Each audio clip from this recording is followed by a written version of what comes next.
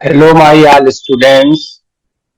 Today, my topic of microwave devices reflex klystron.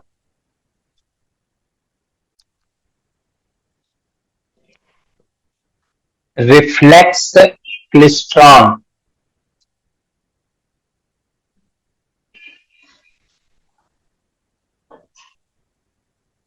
देखिए, हमको ये लर्न करना पड़ेगा लास्ट टर्न का कि मैंने पढ़ा है two cavity klystron. Very important पढ़ा है two cavity klystron. Two cavity klystron में मैंने देखा था कि एक फिलामेंट था, कैथोड था, एनोड्स थे जो इसको एक पर्टिकुलर लाइन में इलेक्ट्रॉन को मोशन कराते थे स्ट्रेट लाइन में। फिर इसके बाद बंचर कैविटी थी। फिर इसके बाद आपका ड्रिफ्ट स्पेस था। फिर कैचर कैविटी थी।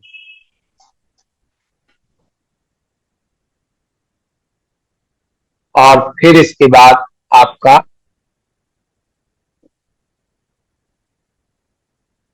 तो आपने ये देखा था कि हमारा जो टू कैविटी क्लिस्ट्रॉन था वो एक एम्पलीफायर था, क्योंकि उसमें ये जो हमारा बंचर कैविटी थी, इस बंचर कैविटी में आरएफ सिग्नल को भेजा जाता था। आरएफ सिग्नल, और आरएफ सिग्नल जब हम भेजते थे,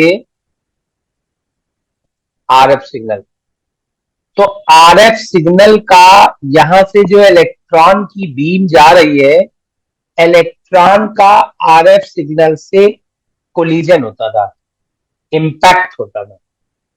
बहुत इजी सा प्रोसेस है कि हम रास्ते में जा रहे हैं, कोई रास्ते में दूसरा आया और हमसे इंपैक्ट कर गया। अब जो दूसरा आया उसका कुछ ऐसा नेचर था कि जिस समय वो हमारे साथ इंपैक्ट हुआ उस समय उसकी वैल्यू मैक्सिमम थी, या उसकी वैल्यू जीरो थी, या उसकी वैल्यू निगेटिव थी। तीन संभावनाएं बन रही थी। मतलब हम जा रहे थे और कोई आया रास्ते में और इम्पैक्ट किया। जो इम्पैक्ट किया उसकी तीन पोजीशन है, या तो वो मैक्सिमम पर पोटेंशियल का था, या वो जीरो पोटेंशियल का था, या वो नेगेटिव का था।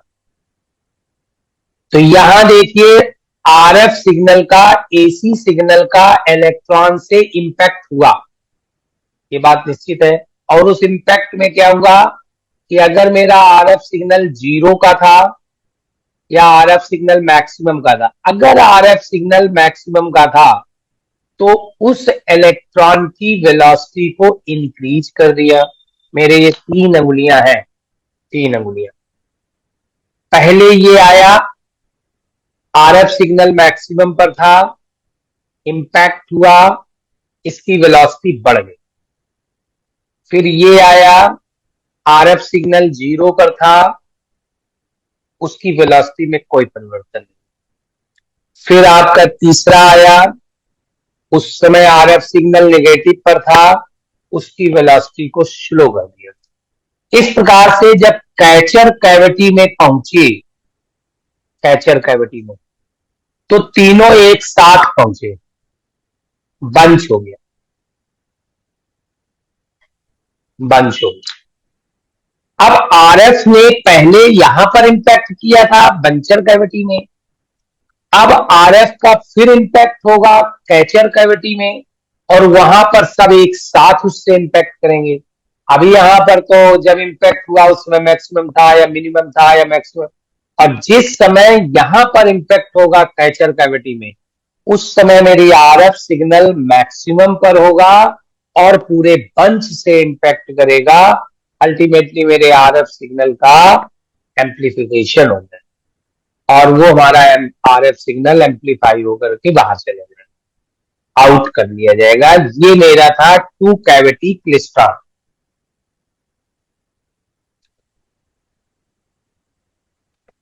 अब है रिफ्लेक्स क्लिस्ट्रॉन, वेरी इंपॉर्टेंट। तो reflex klystron is a specialized low power vacuum tube. जैसे आपका वो वैक्यूम ट्यूब था, वही ये वैक्यूम ट्यूब है, लेकिन ये एम्पलीफायर नहीं है, ये ऑसिलेटर है। Oscillations at microwave.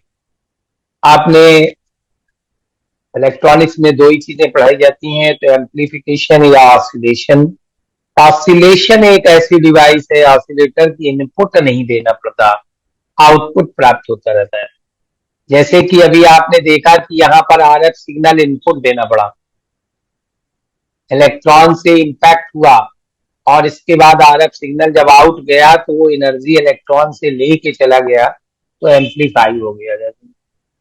यहां पर आपको इनपुट नहीं देना है। later we get output without input. Its principle based on velocity कहो या करंट कहो। करंट मतलब संख्या बढ़ने का मतलब करंट, वेलोसिटी मॉड्यूलेशन, जैसा कि पहले आपने पढ़ा है two cavity. Like two cavity, जैसे टू कैविटी में वेलोसिटी इलेक्ट्रॉन का मॉड्यूलेट होता है, उसी प्रकार यहां भी मॉड्यूलेशन होगा, लेकिन रिफ्लेक्स क्लिस्ट्रॉन में केवल एक सिंगल कैविटी होती है। अब यहां मेरे पास एक ही कैविटी होगी तो वही बंचर का काम करेगी और वही कैचर का काम करेगी। इसका मतलब वहीं पर अलग अलग इंपैक्ट होगा, और वहीं पर अब यहां आरएफ नहीं भेज रहे हो, लेकिन आरएफ वहां जनरेट होगी क्योंकि ऑसिलेटर है। तो आरएफ का अलग अलग पहले इलेक्ट्रॉन इंपैक्ट करेंगे, फिर कोई एक ऐसी टेक्निक होगी लौट के आके फिर इंपैक्ट करेंगे, तभी तो उसका नाम रिफ्लेक्स पड़ा।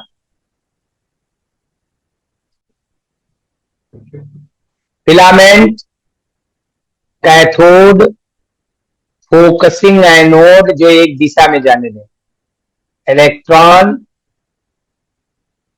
यहां पर आपके इंपैक्ट। देखो यहां कहीं दिया नहीं जा रहा है आपको, ये जो कैविटी है इस कैविटी में कहीं दिया नहीं जा रहा है, लेकिन ये रेजोनेंट कैविटी है, रेजोनेंट कैविटी है, इसके अंदर आरएफ वेव जनरेट होगी, आरएफ जनरेट होगी।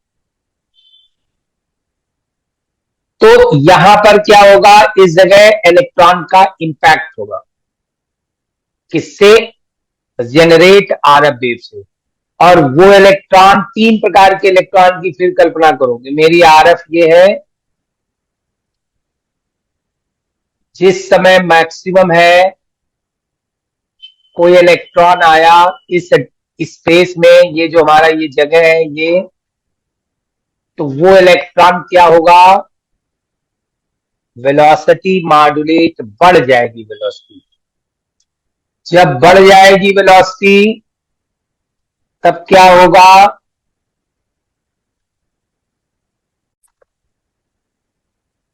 बंच पर होगा, अल्टीमेटली आपका जो हमारी आरएफ सिग्नल है वो उससे मैक्सिमम एनर्जी ले लेगा, और जो रेजोनेंस जो हमारा ऑसिलेशन हो रहा है उसमें जो एनर्जी का लॉस हो रहा है वो उससे पूरा करेगा, और आपको आरएफ वेव आउट हो जाएगी। फिर से एक बार सुन लीजिए, बहुत आसान थ्योरी है, कोई कठिन नहीं है।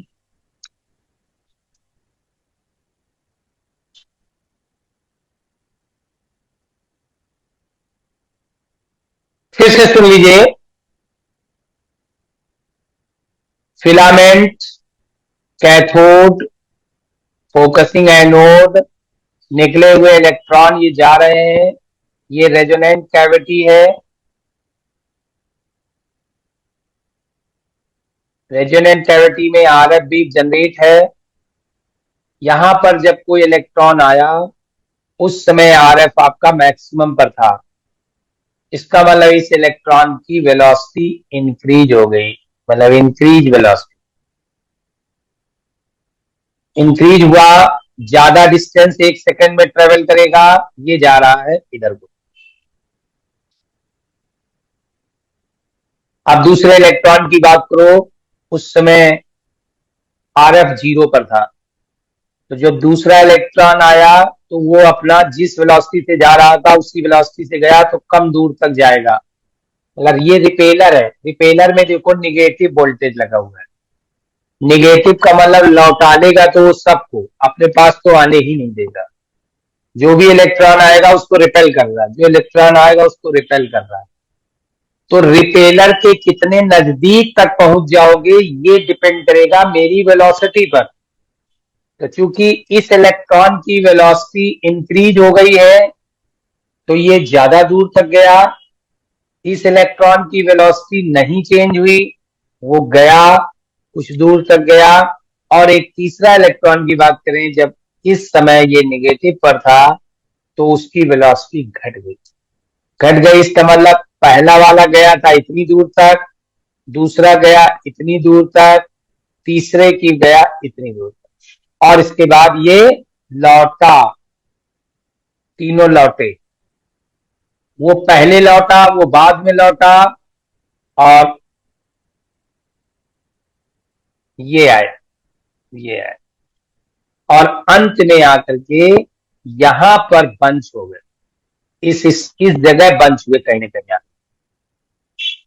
इस जगह बंचिंग के दौरान मेरा RF क्या होना चाहिए जिससे मैक्सिमम एनर्जी उस बंच इलेक्ट्रॉन से मेरा RF सिग्नल गेन कर सके। उस समय मेरे RF को मैक्सिमम पर होना चाहिए, क्योंकि जब मैक्सिमम पर होगा तभी तो एनर्जी ज्यादा आउट होगी। अगर वो मेरा RF मिनिमम पर होगा तो वो बंच तो एनर्जी ज्यादा देगा, लेकिन उसकी स्वयं की एनर्जी उस समय कम है तो आउट आपकी कम होगी जाएगी।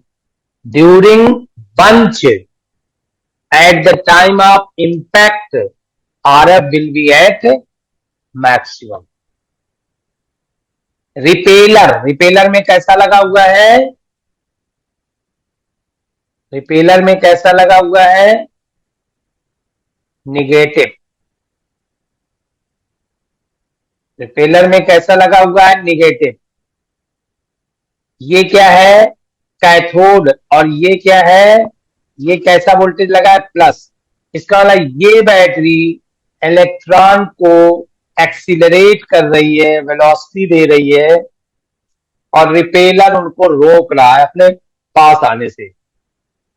वो क्या कर रहा है, रिफ्लेक्ट कर रहा है, रिफ्लेक्ट कर रहा है, क्योंकि बंच बनना है। पहले शुरू में तो बंच है नहीं, बाद में बंच बनाया है। जैसे पहले वाले में बंच बन रहा था कैचर कैविटी में, यहां पर आपका उसी कैविटी में पहले इंपैक्ट हुआ और उसी कैविटी में जब बंच बना तो फिर इंपैक्ट हुआ।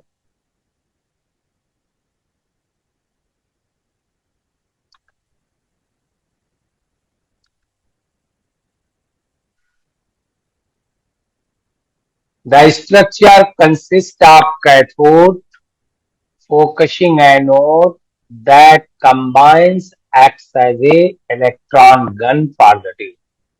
The cathode emits electrons, पढ़ लीजिएगा वही सब लिखा हुआ है। पॉजिटिव पोटेंशियल जो पहली बैटरी है VA, ये आपकी वेलोसिटी दे रही है, भाई बता चुके बहुत हम। ये आपको, ये VA का मतलब एनोड वोल्टेज, ये इसको एक्सिलरेट दे रहा है, और ये रिपेलर का वोल्टेज इसको रिपेल कर रहा है। पहला point, as it is a single cavity structure, so single cavity works as a buncher and a catcher, both work कर रहा है। कब कैचर कब buncher, at the time of forward movement of electron beam it behaves as a buncher, while at the time of backward it behaves as a catcher। Repeller क्या कर रहा है, repeller that causes backward movement of electron beam, जो electron beam जा रही है उसको backward movement दे रहा है। Repulsion is necessary in order to hold electrical oscillation. अगर रिपेल होकर के बंच नहीं बनेगा तो जो हमारी कैविटी है उसमें जो ऑसिलेशन हो रहे हैं वो हमारे ऑसिलेशन डैम्प्ड हैं, तो अगर उसको एनर्जी नहीं मिलेगी तो वो डैम्प्ड ऑसिलेशन होकर के खत्म हो जाएगी। आप हमेशा पढ़ाया जाता है ऑसिलेटर, जब जब ऑसिलेटर बीएससी फर्स्ट सेमेस्टर में पढ़ाया जाता है तो उसके साथ एक ट्रांजिस्टर लगा होता है और एक एलसी सर्किट लगा होता है। एलसी सर्किट में ऑसिलेशन होता है, कैसा, डैम्प्ड। उसकी जो एनर्जी का लॉस होता है पर सेकेंड, वो मेरा ट्रांजिस्टर पूरा करता है, वो मेरा ट्रांजिस्टर पूरा करता है, जिससे कि वहां पर टैंक सर्किट में कंटिन्यूअस ऑसिलेशन होते रहते हैं। वही चीज यहाँ पर है कि मेरी वेव तो रेजोनेंट कैविटी थी, ऑसिलेशन तो हो रहे थे, लेकिन मेरे डैम्प्ड हो रहे थे। तो जो एनर्जी का लॉस है वो अगर कहीं से पूरा कर दिया जाए, जैसे वाले एक पेंडुलम ऑसिलेशन कर रहा है, अब अगले राउंड में आएगा तो वो धीमा हो जाएगा, फिर और धीमा हो जाएगा और धीमा हो जाएगा, रुक जाएगा। लेकिन जैसे मान लीजिए आपका पेंडुलम ऐसे है, आप एक साइड खड़े, पहुंचा, आपने पुश कर दिया, तो जो एनर्जी लास्ट थी वो आपने पूरा कर दिया, फिर गया, फिर लौट के आया, फिर आपने पूरा कर दिया। तो ऐसा ऑसिलेशन फिर कंटिन्यू होता रहता है। तो जो हमारा ऑसिलेशन है वो मेरे डैम्प हैं, और जो बंच होकर के इलेक्ट्रॉन आ रहे हैं वो उस एनर्जी को पूरा कर रहे हैं, जिससे कि मेरा ऑसिलेशन कंटिन्यूअस। अब देखिए फिर वही प्रिंसिपल में तीनों बातें लिखी गई हैं। Initially when the electron beam is emitted by the electron gun, then the early electron, early हम उसको कह रहे हैं जो पहले आया, अर्ली इलेक्ट्रॉन, जिस समय आरएफ सिग्नल मेरा मैक्सिमम था, अर्ली इलेक्ट्रॉन नाम दे रहे हैं, experiences very high potential inside the cavity.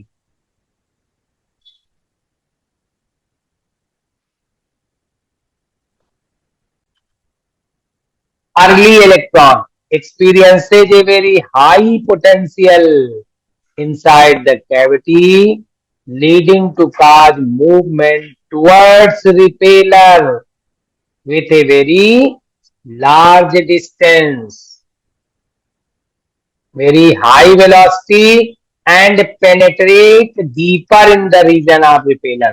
Repeller के काफी नजदीक पहुंच जाता है, and thus require greater time to repel back towards the cavity. इसलिए जब वो दूर तक चला गया तो उसको लौटने में ज्यादा समय लग गया, क्योंकि एक साथ पहुंचना है ना। अब दूसरा तो बाद में आया है तो उसका टाइम पहले ही कम है। दूसरा बताइए, दूसरा ये, but when the externally applied potential is zero and electron moves with uniform velocity which it was emitted by the gun, मतलब no change velocity, that is called the reference electron. So in this case it will not penetrate deeply, penetrate मतलब भेदना, जाना, दूर तक नहीं जाएगा और जल्दी लौटेगा।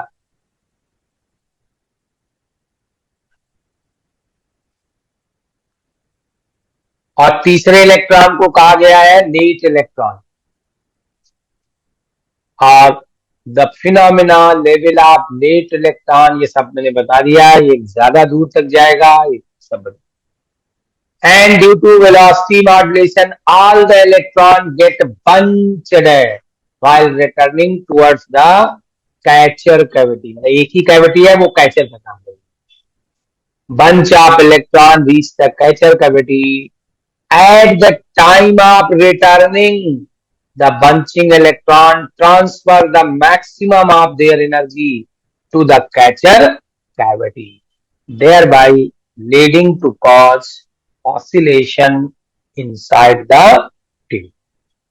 मैं बार बार उसी चीज को आपको बोल रहा हूं, बार बार उसी चीज को बोल रहा हूं, बार बार उसी चीज को बोल रहा हूं, आप समझ गए होंगे इसको। ये देखिए फिगर दिखाया गया बंचिंग प्रोसेस का एप्लीकेट डायग्राम।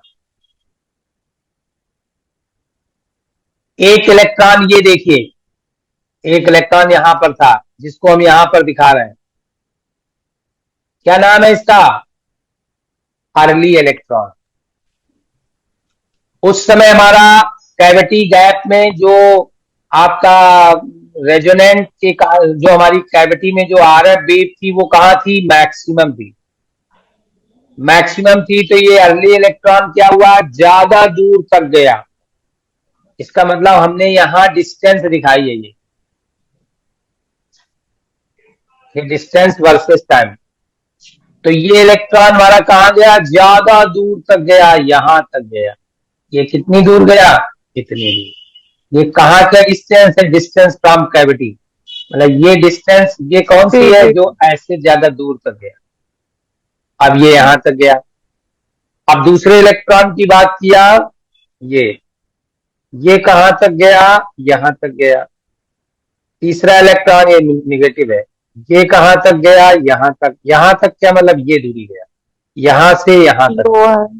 पहला यहां से यहां तक, दूसरा यहां से यहां तक, तीसरा। इसके बाद जब लौटे तो जिस टाइम पर लौटे वो आपका एक ही टाइम पर सब पहुंचे। और कहां पहुंचे, जहां से चले थे।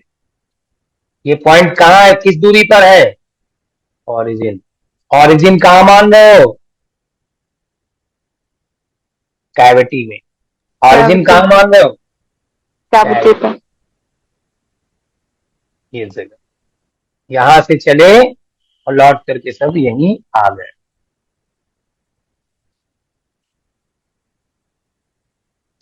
ये तो यहां पर आपको बंचिंग दिखाई। हमने कहा है कि जिस समय आएंगे कैविटी में, उस समय मेरा जो सिग्नल था जिसने एनर्जी को बढ़ाया घटाया था वो मैक्सिमम पर होना चाहिए। तो कौन कौन से पॉइंट अब आपके होने चाहिए लौटने पर, लौटने पर या तो ये होना चाहिए या तो ये होना चाहिए। लौटने पर यहां तो हमने शुरू में माना था, वैसे ये भी मैक्सिमम है, ये भी हो सकता है, ये हो सकता है, ये हो सकता है। क्योंकि मेरी जो वेव है जिसको एनर्जी लेना है वो स्वयं भी तो मैक्सिमम पर होना चाहिए। तो वो मैक्सिमम का ये पॉइंट हो सकता है, ये पॉइंट। तो हमने देखिए यहां बंचिंग दिखाई, इसका मतलब ये दिखाए उस समय ये है हमारी वेव। ये अगर आप कह देते कि पहला जो हमारा था वो इतनी दूर तक जाएगा, दूसरा हमारा जो था वो ये वाला, तो दो फिगर बने। एक फिगर यहां पर बंचिंग दिखाई है पॉइंट वही जीरो, जीरो दूरी यहां के लिए भी है, कैविटी से जीरो दूरी यहाँ, मतलब ऐसे दूरी ना समझ लेना, ये तो टाइम है और ये आपकी दूरी है। तो जब आपका यहां बंचिंग दिखाओगे तब भी वो वहीं पर हो गया, यहां बंचिंग दिखाओगे तब भी वो वहीं पर हो गया। यहां क्या है कि जो शुरू में हमारा इलेक्ट्रॉन की एनर्जी है वो इस वाले में ज्यादा है, इस वाले में, और यहां पर शुरू में इलेक्ट्रॉन की एनर्जी कम है। तो ये आपको देखो हमने कहा कि अर्ली यहां तक गया, लेट यहां तक गया, सॉरी रेफरेंस, और लेट यहां तक गया, तब बंचिंग कहां हुई, इस जगह। तो इस जगह हुई तो ये माना जाएगा। कुल मिलाकर के जो बंचिंग हो रही है वो बंचिंग मैक्सिमम आरएमएफ की पोजीशन पर हो रही है। ठीक है, ये भी आप समझ गए। अगर आप कहोगे कि बंचिंग यहां हो रही है तो रेफरेंस से कितने टाइम बाद है, इसका ये टाइम कितना है, ये 3/4 आप टाइम पीरियड है। देखो आधा इतना हो गया, आधा, और एक चौथाई ये हो गया, तो 3/4 टी होगा। और अगर बंचिंग यहां दिखा रहे हो आप इस जगह, तो ये कितना पूरा हो गया, रेफरेंस इलेक्ट्रॉन से ये कितना पूरा हो गया, रेफरेंस से देखो यहां से चला, एक साइकिल पूरी हो गई यहां तक ये, और एक चौथाई ये है, एक चौथाई ये है, समझ रहे हो। तो 1/3/4 टी आ जाएगा। नहीं समझ पाए, रेफरेंस इलेक्ट्रॉन से टाइम बताओ कितना है। अगर इस जगह बंचिंग हो रही है,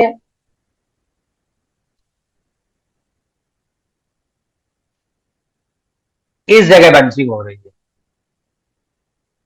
इस जगह, मतलब वो बंचिंग वही रही है, इतने टाइम बाद हो रही है, इतने टाइम बाद।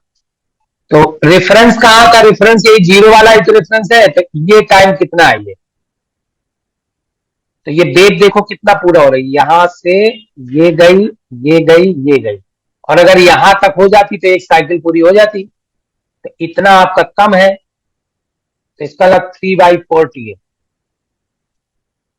और अगर आप इस पॉइंट को मान लो इतने टाइम बाद बंचिंग मान लो, तब कितना टाइम पूरा हुआ, देखो एक साइकिल, और दूसरी साइकिल का 3/4 है ये। तो फिर वो क्या हो जाए, 1/3/4 t। आप समझ गए? Yes sir. ये मोड ऑफ ऑसिलेशन है, मोड ऑफ ऑसिलेशन कहलाएंगे। ये लिखा हुआ है मोड ऑफ ऑसिलेशन, किस मोड ऑफ ऑसिलेशन में है ये पता लगेगा। 3/4, 1/3/4, 2/3/4, और आगे जाओगे तो 2/3/4 हो। और इसके बाद आप इसको पढ़ लीजिएगा,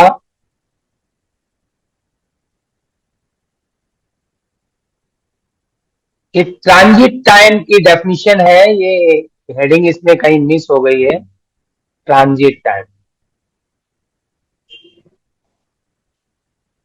transit time, time taken by electron to return the cavity gap, मतलब यहां से जाना और फिर लौट के आ जाना, जितना समय लगेगा उसे ट्रांजिट टाइम कहते हैं।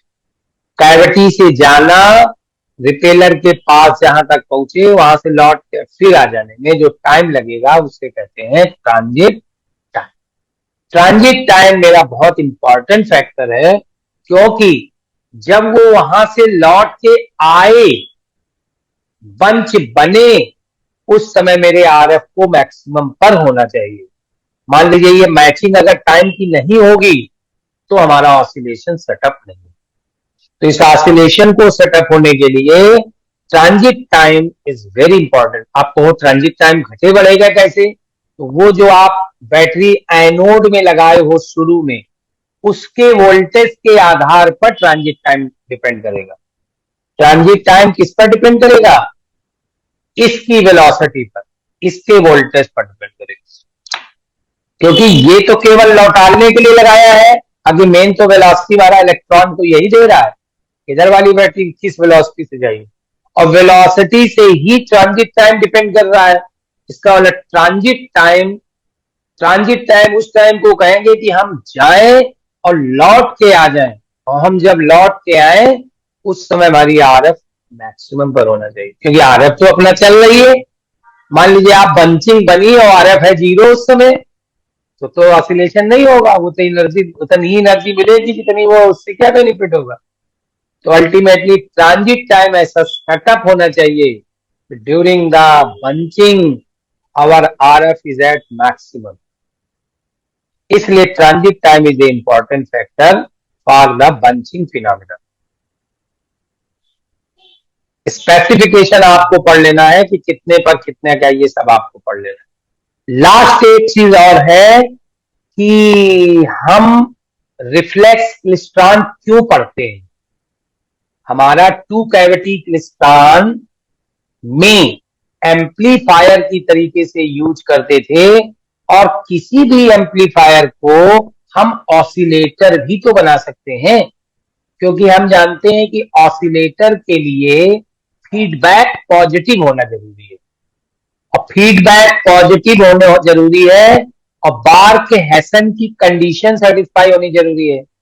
ए बीटा इज इक्वल टू 1, और ओवरऑल फेज शिफ्ट 360 डिग्री, 0 और 360, ये हमारा ऑसिलेशन की कंडीशन है। तो हमारी एक बंचर एक कैचर था, तो कैचर से हम उठा करके फीडबैक बंचर में कर देते, मतलब ये आपकी बंचर थी और ये आपकी कैचर है, तो यहां से हम इसको फीडबैक कर देते हैं यहां पर ये, तो ए बीटा बराबर 1 सेटिस्फाई करा देते हैं, फेज शिफ्ट हमारा वहीं पर आ जाता 360, तो हमारा ये टू कैविटी क्लिस्ट्रॉन भी तो बन जाता हमारा ऑसिलेटर। फिर हमको क्या जरूरत पड़ गई ऑसिलेटर पढ़ने की, तो उसके बारे में ये लिखा हुआ है कि so can utilizing for generating oscillator or can be converted into an oscillator। आप कर सकते हो कन्वर्ट, लेकिन कुछ डिसएडवांटेज आ जाएंगे, कुछ प्रॉब्लम आ जाएंगी। तो आप इसको पढ़ के देखिएगा क्या प्रॉब्लम आ जाएगी। पहले तो लूप गेन ए बीटा बराबर 1 मेंटेन नहीं हो पाएगा। दूसरी बात, जो हमारी फ्रीक्वेंसी है वो नहीं सेट हो पाएगी। जो रेजोनेंट फ्रीक्वेंसी जो मैंने कहा है कि वो ऐसा हो जाना चाहिए जब लौट के आए, तो मैक्सिमम में वो नहीं सेट हो पाएगा। इन डिसएडवांटेज से बचने के लिए हम रिफ्लेक्स क्लेस्ट्रॉन को यूज करते हैं और टू कैविटी क्लेस्ट्रॉन को हम ऑसिलेटर नहीं बनाते हैं, हम रिफ्लेक्स क्लेस्ट्रॉन पढ़ करके ऑसिलेटर बनाते हैं। इस प्रकार से ये आपका फिनिश होता है।